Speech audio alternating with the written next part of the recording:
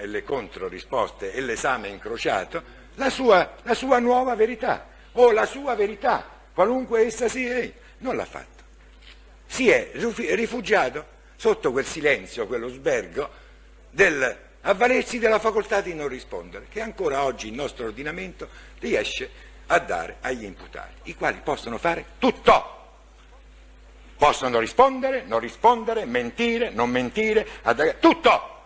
Intervenire quando si vuole, perché poi vediamo, quando parleremo dei cosiddetti alibi e parleremo degli aggiustamenti progressivi, di queste dichiarazioni spontanee che sorgono come funghi in ogni dibattimento, quando chissà se un giorno, avendo ormai accolto il principio del processo accusatorio, seguiremo fino in fondo quello che è l'insegnamento degli ordinamenti in cui vige questo principio, a cui si riconosce il diritto al silenzio, ma una volta che hai deciso di parlare devi dire la verità e devi essere sottoposto all'interrogatorio alla stessa stregua di una qualsiasi altra persona. Voglio sperare che un giorno assisteremo all'introduzione nel nostro ordinamento di questa fondamentale regola di civiltà che ci viene dagli ordinamenti anglosassoni, dai quali abbiamo originato il sistema accusatorio a metà. E comunque. Quindi Liparota sta lì, assiste a tutto il dibattimento, no, e poi fa nel dibattimento quelle dichiarazioni spontanee, che io adesso non ho voglia di leggere perché sono stanco, ma che sono significative.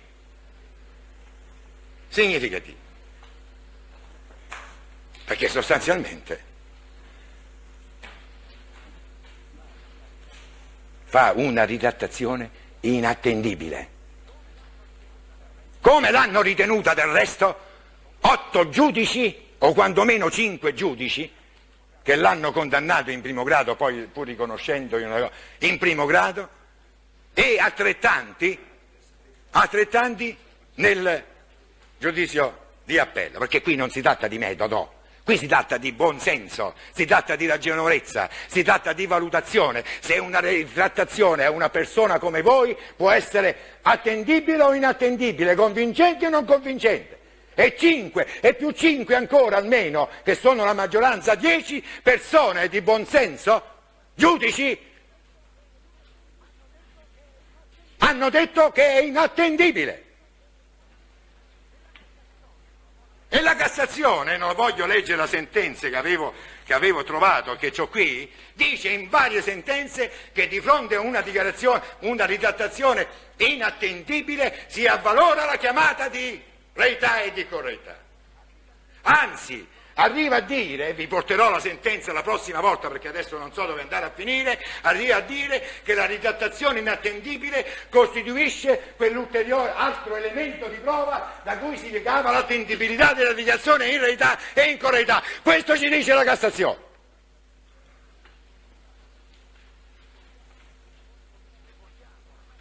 Se vogliamo confortare il vostro buonsenso, la vostra ragionevolezza con la scienza giuridica della Corte Suprema e con l'insegnamento della Corte Suprema. E io vorrei finire qui, signor Presidente. Eccoci. Brevemente. Noi complimenti intervista. Grazie. Allora, procuratore generale, lei ha parlato del diavolo in questo processo, perché? L'ho parlato nel senso del male, del diavolo che si era impadronito di questo processo come di questa tragica vicenda che ha delle situazioni veramente anomale e inspiegabili sotto tanti punti di vista. È una metafora che è usata perché noi vogliamo sostituire al male che c'è in questo processo il bene della verità e della giustizia, perché questo è il nostro fine da raggiungere.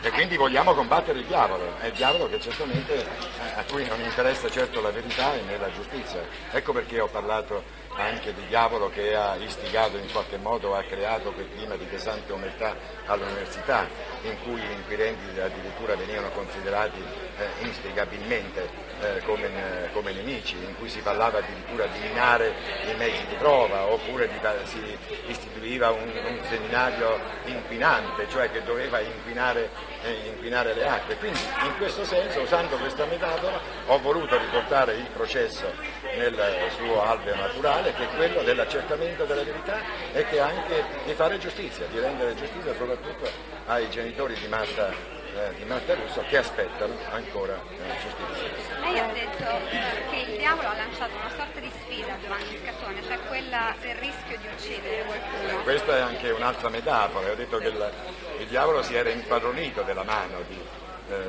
Giovanni Scattone, l'aveva portata all'esterno di quella finestra, gli aveva fatto premere il grilletto e l'aveva spinto in tentazione a far premere quel grilletto con una pistola diretta verso quel vialetto dove si sapeva che passavano tante persone, e quindi il diavolo l'aveva spinto in tentazione anche ad accettare il rischio che potesse colpire uno dei passanti, come del resto è avvenuto purtroppo. Le sue richieste saranno di confermare le condanne Adesso le o nostre saranno richieste ne diverse? parleremo la prossima volta. La ritrattazione dell'addetto, cioè non la ritrattazione di Varona, il cambiamento di atteggiamento dell'addetto. Noi abbiamo seguito l'insegnamento della Cassazione, abbiamo detto che ormai in questo processo, che si basa tutto sulla prova